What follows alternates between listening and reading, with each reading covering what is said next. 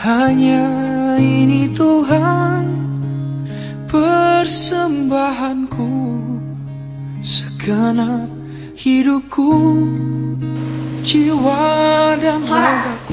Shalom Bapak Ibu Jemaat Tuhan yang terkasih di dalam Kristus Yesus.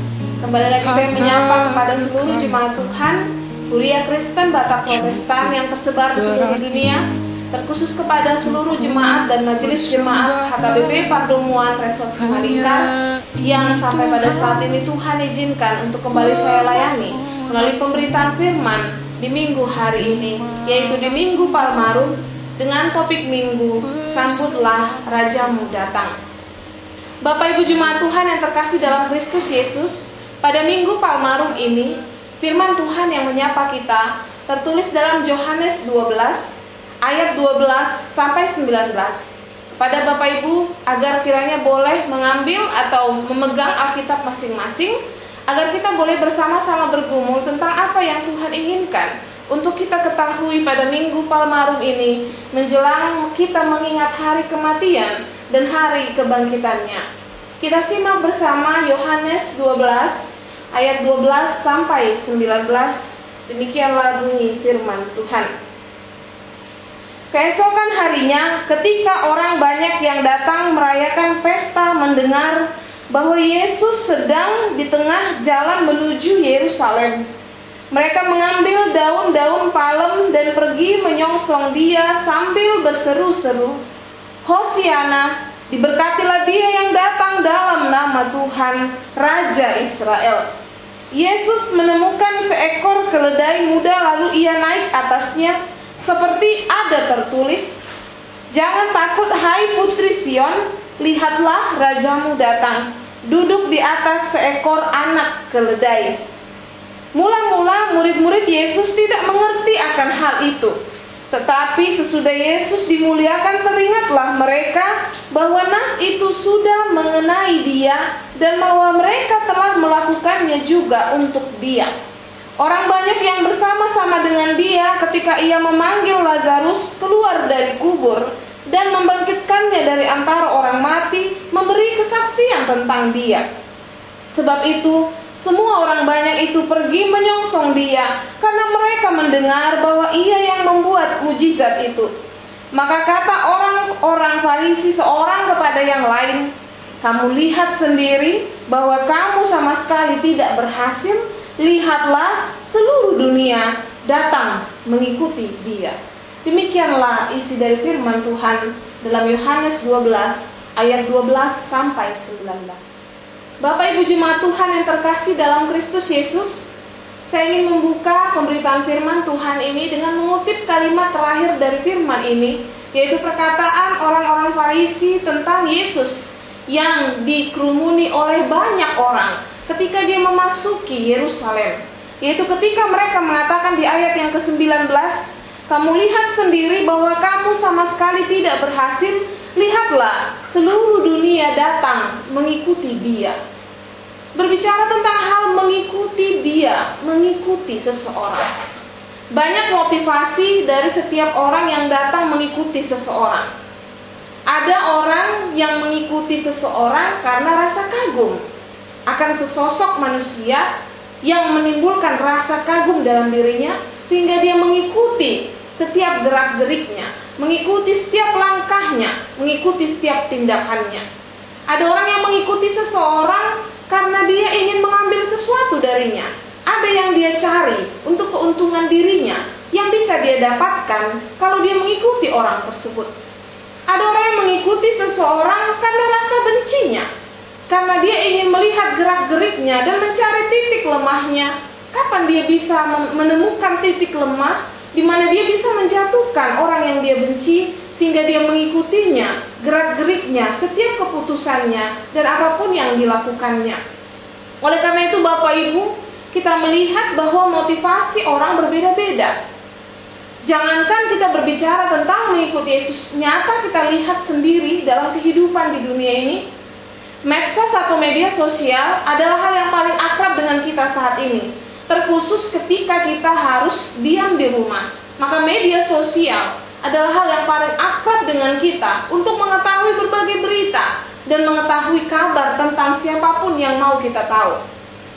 Kalau kita mengenal satu sosok atau artis yang sangat dikenal, YouTubers dalam zaman sekarang dikatakan adalah yang memiliki followers yang banyak, sehingga sampai dikatakan bahwa ada yang memfitnah dia dengan mengatakan itu beli followers.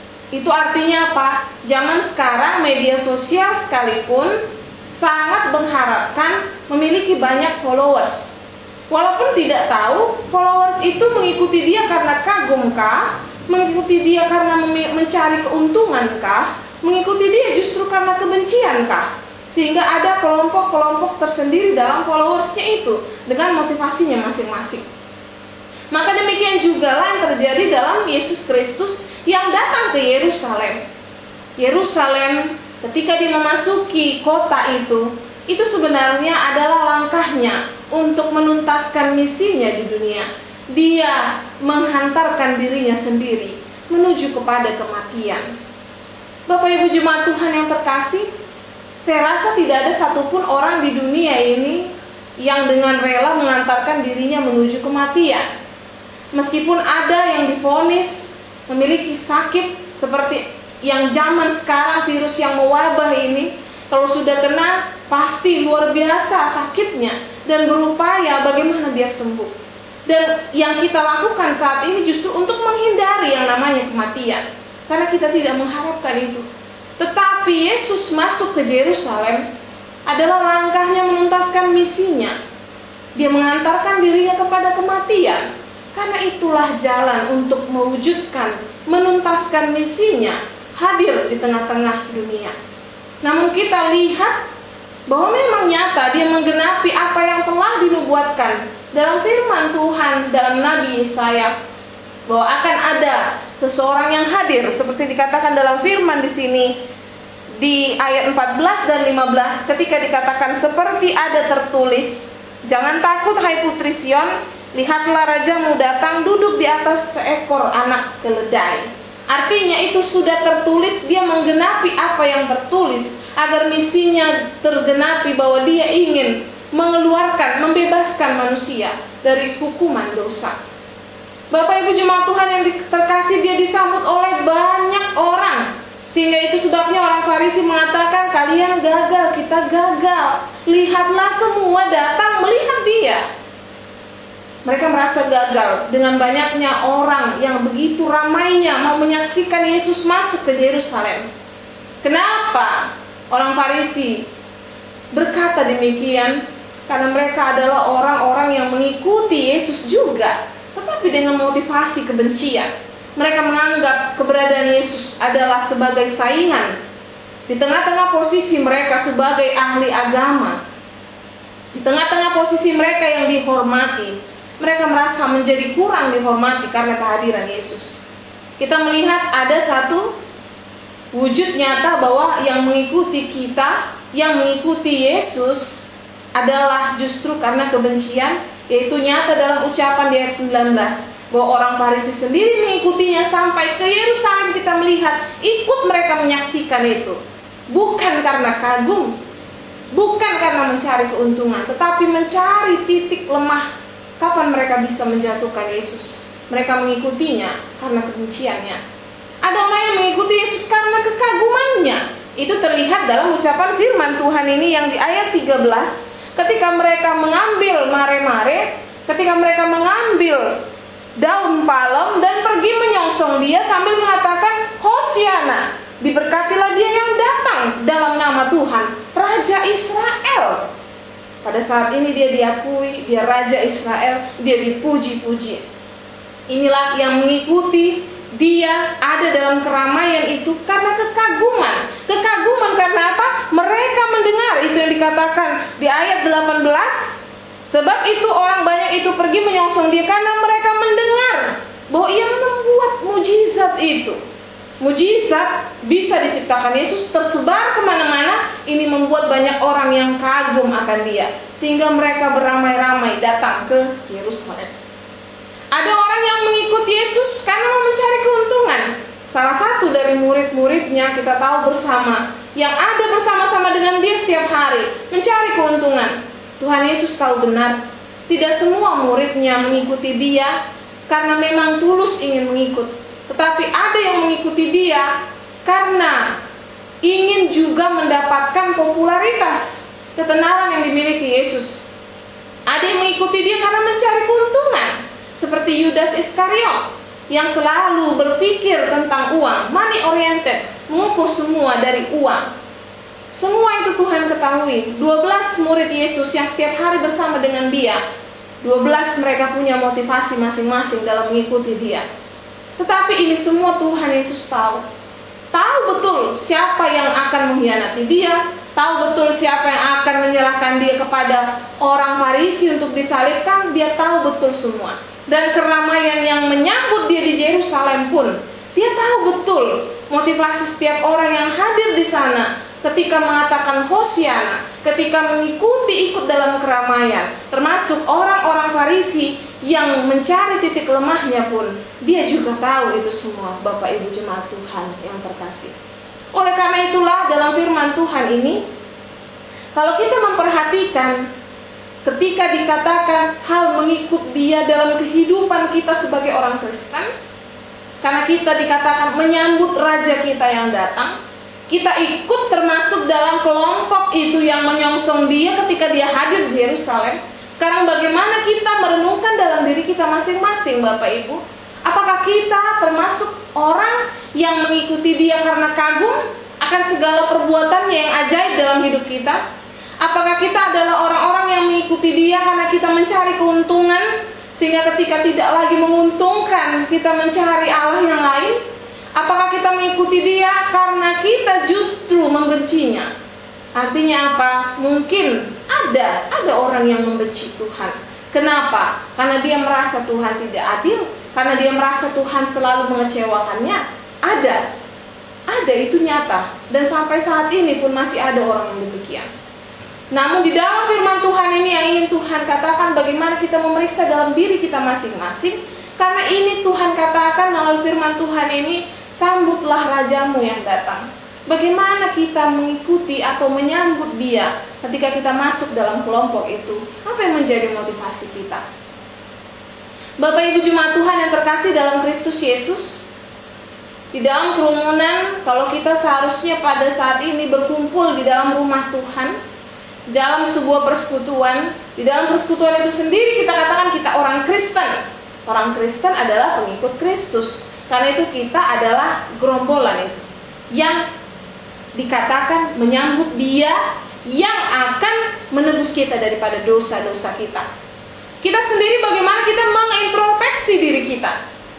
Apakah kita selama ini ketika kita dalam persekutuan, ketika kita berkumpul di dalam rumah Tuhan, ketika kita ikut dalam persekutuan di dalam nama Tuhan, apakah kita termasuk orang yang datang ke persekutuan gereja karena kita mengingat semua perbuatan Tuhan yang telah kita terima? Misalnya, saya mau ke gereja, saya rindu ke gereja. Kenapa kau rindu ke gereja? Karena saya mengingat hari-hari saya yang telah berlalu ini. Memang betul-betul karena kuasa Tuhan. Saya rindu mau bersekutu di rumahnya. Saya mau datang karena saya kagum akan perbuatannya yang ajaib. Apakah kita kelompok yang demikian? Ataukah kita adalah kelompok orang yang mencari sesuatu di gereja, mencari sesuatu di dalam persekutuan gereja? Saya mau datang ke gereja. Biasanya dalam hari besar seperti ini kami menerima diakoni sosial. Biasanya kalau dalam hari besar seperti ini kami akan diberikan bantuan. Saya mau ke gereja karena saya mau menerima itu. Apakah kita kelompok orang Kristen yang datang ke gereja karena kita mencari sesuatu untuk diri kita? Ada yang mau kita dapatkan dari sana? Ada yang mau kita cari dari sana? Apakah itu materi? Apakah itu harga diri? Apakah itu cara atau arena untuk menunjukkan kemampuan diri? Ataukah kita adalah orang Kristen yang datang karena kebencian? Ini yang luar biasa. Seperti orang Farisi. Dia datang ke persekutuan gereja khusus untuk menunjukkan atau mengkoreksi dan melihat bagaimana kawannya itu yang dia benci mungkin dalam persekutuan gereja itu. Dia datang khusus untuk melihat bagaimana ini keadaan dia, Contohnya saja, saya mau melihat dulu, saya mau ke gereja dulu. Saya mau lihat dulu bagaimana dia memainkan musik itu. Saya mau ke gereja dulu, saya mau lihat dulu bagaimana dia bernyanyi. Saya mau ke gereja dulu, saya mau lihat dulu bagaimana keputusannya tentang masalah ini. Dia datang ke gereja khusus untuk menjadi tim pengkoreksi, mencari titik lemah. Kapan dia bisa menjatuhkan orang yang dia benci? Ini masih banyak dalam gereja, Bapak Ibu. Namun dalam firman Tuhan ini kita adalah kelompok itu. Kita bersama-sama sambut Tuhan, tapi motivasi kita berbeda-beda. Selama ini, ketika kita boleh berkumpul dalam rumah Tuhan, apa motivasi kita datang ke sana? Apa motivasi kita ke gereja? Apakah kita datang ke persekutuan gereja? Saya rindu lah, betul-betul, karena saya rindu ingin tahu firman Tuhan. Karena saya rindu ingin bersekutu dengan teman satu kepercayaan saya. Saya rindu datang ke rumah Tuhan karena saya ingin memuji Dia karena banyaknya perbuatannya yang ajaib. Ataukah kita datang ke gereja? Saya rindu ke gereja karena kalau saya ke gereja, saya dapat banyak bantuan. Saya rindu ke gereja karena kalau saya ke gereja, saya bisa lihat gimana musuh saya itu. Apakah dia masih senang ataukah dia sudah susah? Apakah dia berbuat yang baik atau dia sedang berbuat salah? Supaya saya bisa mencari jalan untuk menjatuhkan dia. Maka kita harus mengkoreksi diri kita selama ini. Bagaimana kita ketika kita diizinkan Tuhan bersekutu dalam rumahnya. Karena Tuhan ingin melalui firman Tuhan ini, kita menyadari setiap motivasi kita yang hadir dalam persekutuan, dalam kelompok yang menyatakan menyambut kehadirannya. Bapak Ibu jemaat Tuhan yang terkasih dalam Kristus Yesus, firman Tuhan datang dalam kehidupan kita. Melalui firman Tuhan ini Tuhan terus-menerus menyatakan semua yang harus kita lakukan. Melalui firman Tuhan ini Tuhan terus-menerus menginginkan kita merenungkan bagaimana perilaku kita selama ini. Dan melalui firman Tuhan ini kita bisa melihat bahwa Tuhan Yesus menggenapi. Dia masuk sendiri ke Yerusalem yang merupakan langkahnya menuju kematian. Dia serahkan dirinya untuk kita. Kita sambut Dia. Bagaimana kita menyambutnya selama ini? Minggu depan dan bahkan hari Jumat Agung, kita sudah mengingat hari kematiannya. Pertama sekali dalam hidup saya, mungkin dalam hidup kita semua, merayakan Jumat Agung, merayakan kebangkitannya, tidak bisa bersekutu dalam rumah Allah, dalam gereja, dalam gedungnya. Namun melalui firman Tuhan ini, Tuhan sebenarnya ingin meneguhkan kita bahwa tidak harus ramai, tidak harus banyak. Yang Tuhan ingin apa motivasimu menyambut Dia. Karena ternyata dari banyaknya orang itu tidak semua motivasinya berkenan di hadapan Tuhan. Karena itu janganlah kiranya keramaian yang selama ini kita ciptakan ketika kita harus bersama dengan keluarga saja mengurangi sukacita kita, mengingat pengorbanannya, mengingat kebangkitannya yang membawa kita kepada kemenangan. Bapak Ibu jemaat Tuhan yang terkasih dalam Kristus Yesus, di Minggu Palmarum ini Tuhan ingin kita mempersiapkan jalan baginya, menyambut kedatangannya di tengah-tengah kehidupan kita. Kiranya melalui firman Tuhan ini, ketika kita bersama-sama mengoreksi dalam diri kita masing-masing apa yang menjadi motivasi kita dalam mengikut Dia, kita boleh semakin mempersiapkan diri dan memperbaiki diri jika ada yang masih perlu untuk kita perbaiki. Karena persekutuan hanya sekedar persekutuan atau perkumpulan orang kalau tidak menunjukkan puji-pujian kepada Allah.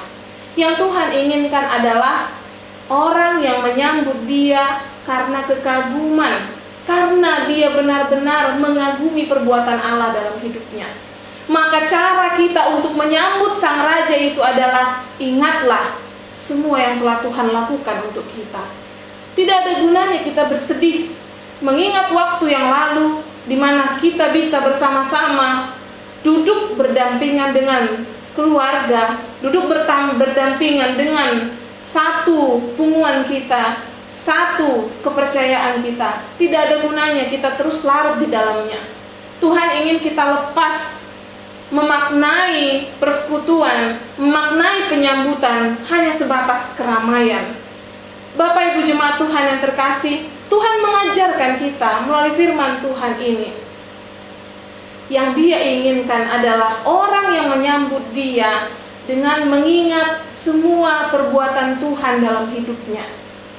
Maka momen Minggu Palmarum ini, ketika Tuhan katakan sambutlah rajamu yang datang, Tuhan ingin kita mengingat semua perbuatan Tuhan yang ajaib dalam hidup kita. Semua perbuatan Tuhan. Mujizat itu tidak harus seperti sulap. Kalau saya mau gado-gado, Tuhan saya mau gado-gado, celing, jadi gado-gado. Tidak harus seperti itu mujizat Bapak Ibu. Mujizat yang Tuhan katakan di sini yang membuat dia dikenal banyak orang adalah ketika orang mau untuk melakukan hidupnya seturut dengan kehendak Allah, di mana kehendak Allah ditegakkan dan dinyatakan, disitulah mujizat tercipta. Oleh karena itu kita sendiri yang menjadi kuncinya. Kalau kita ingin merasakan mujizat dalam hidup kita terjadi, kalau kita ingin merasakan mujizat dalam hidup kita masing-masing, maka berupayalah untuk terus mengingat segala perbuatan Tuhan, dan maka berupayalah untuk terus untuk menyatakan dan melakukan apa yang Tuhan inginkan untuk kita lakukan.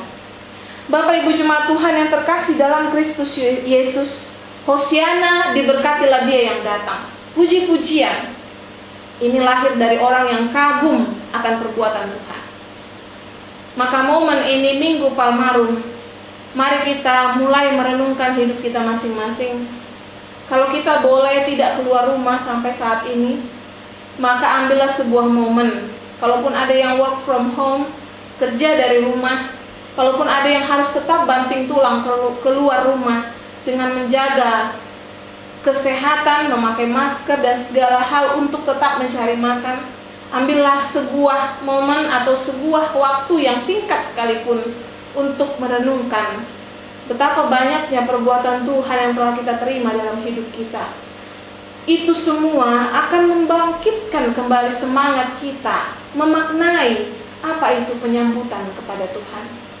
Kalau dalam diri manusia mau datang, misalnya saja keluarga, ketika kita mau sambut keluarga kita yang katanya mau datang, misalnya tulang kita kah, namburu kita kah, bapak udah kita kah, yang tinggalnya jauh mungkin selama ini dari kita, yang jarang datang ke rumah, maka kita akan mulai bersih-bersih, kita masak seenak-enaknya, kita buat yang sebaik mungkin supaya tulang saya, namburu saya, bapak udah saya, opung saya boleh merasakan penyambutan yang baik, yang luar biasa yang bisa dia ingat. Maka yang hadir ini bukan hanya sekedar saudara, bukan hanya sekedar tokoh masyarakat. Sedangkan Presiden Jokowi saja mungkin datang ke rumah kita, kita akan terkagum-kagum, menyatakan terima kasih datang Presiden ke tempat kami, difoto, disebarkan, dikatakan kepada semua orang, hei datang Presiden ke rumah kami, hei datang Bupati ke rumah kami, datang Wali Kota ke rumah kami. Tetapi pernahkah kita berpikir bahwa Tuhan kita yang mau datang itu jauh lebih tinggi dari semuanya, jauh lebih tinggi kuasanya, jauh lebih tinggi kasihnya untuk kita. Kenapa kita menyambutnya biasa-biasa saja? Kenapa kita tidak seperti layaknya sukacita ketika kita memberitakan, hei datang dia, hei datang saudaraku, hei datang Bupati, hei datang Presiden. Kenapa kita tidak juga katakan lakukan itu juga? Saudaraku, mau datang Tuhan kita, sambut dia, puji dia, ingat perbuatannya yang ajaib. Beritakan ini kepada semua orang. Waktunya kita untuk memberitakan kepada semua orang bahwa Tuhan kita itu akan datang. Firman Tuhan ini merupakan peneguhan kepada kita semua untuk menyambut dia sang Raja yang akan menuntaskan kepada kita apa yang menjadi janjinya kepada kita. Tidak ada janji Tuhan yang tidak digenapi, Bapak Ibu. Kita tidak pernah tahu, tetapi janjinya pasti akan digenapi, cepat atau lambat, sesuai dengan waktunya yang terindah. Oleh karena itu Bapak Ibu jemaat Tuhan yang terkasih dalam Kristus Yesus, di Minggu Palmarum ini, dalam Yohanes 12 ayat 12 sampai 19, saya percaya Bapak Ibu jemaat Tuhan yang terkasih, yang Tuhan izinkan diberikan kesehatan, itu keajaiban Bapak Ibu, apalagi di tengah wabah ini. Kepada Bapak Ibu jemaat Tuhan yang terkasih yang boleh berkumpul dengan keluarga, dalam minggu ini itu juga ada mujizat juga. Kenapa? Karena di tengah wabah seperti ini kita harus bersyukur kita punya waktu bersama dengan keluarga. Kepada Bapak Ibu Jemaat Tuhan yang terkasih, yang boleh bersama-sama mendengarkan firman Tuhan, yang mungkin mulai bosan mendengarkan hanya dari media sosial, saya sendiri pribadi mengakui bahwa ada kebosanan juga berbicara dengan kamera seperti ini tanpa melihat manusia sebagaimana yang saya lakukan selama ini. Bapak Ibu juga pasti merasakan hal yang sama, mendengar dari handphone, mendengar dari TV, benda mati, tidak melihat langsung sebagaimana yang terjadi selama ini. Tetapi syukurilah kita boleh bersama dengan keluarga kita. Bersama dengan keluarga sambutlah Raja itu.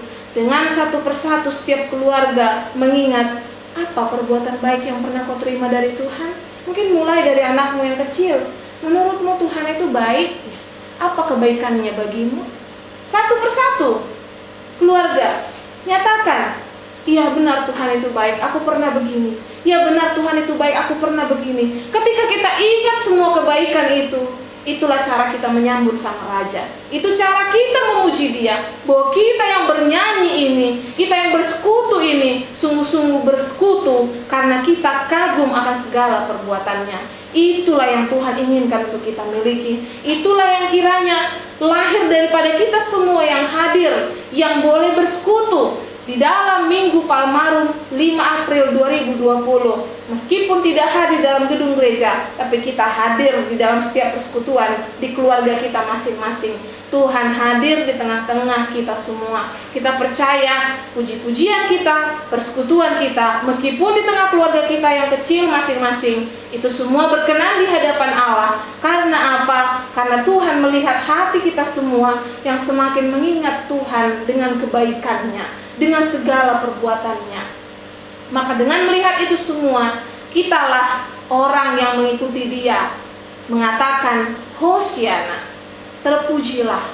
Artinya kita mengingat semua perbuatan dan mengingat semua apa yang telah Dia lakukan dalam hidup kita, mengingat semua mujizat yang pernah Dia izinkan terjadi dalam hidup kita.